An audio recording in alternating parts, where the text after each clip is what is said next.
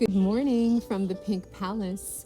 We are back here out in the garden again, ready to start our daily Bible reading.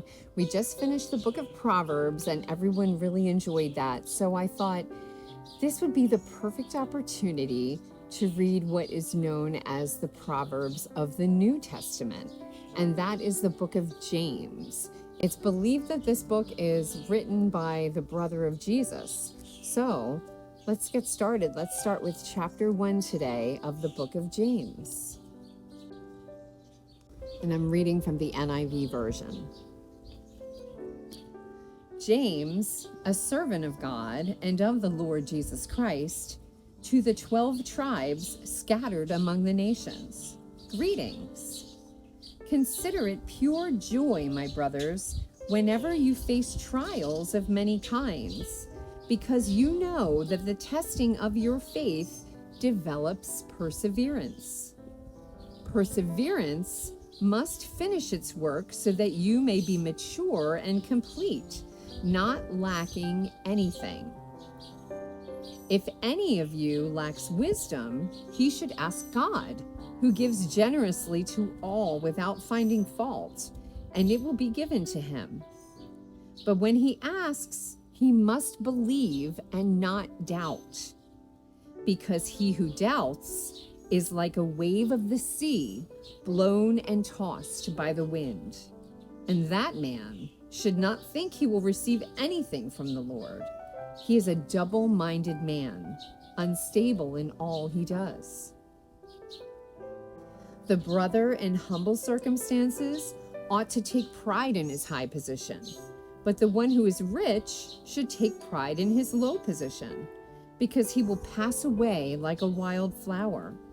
For the sun rises with scorching heat and withers the plant.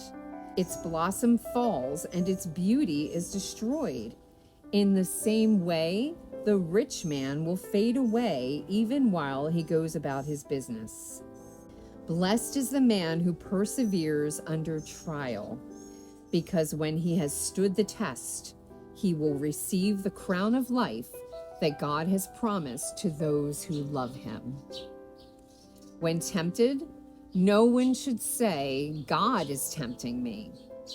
For God cannot be tempted by evil, nor does he tempt anyone. But each one is tempted when by his own evil desire he is dragged away and enticed. Then, after desire has conceived, it gives birth to sin. And sin, when it is fully grown, gives birth to death. Don't be deceived, my dear brothers.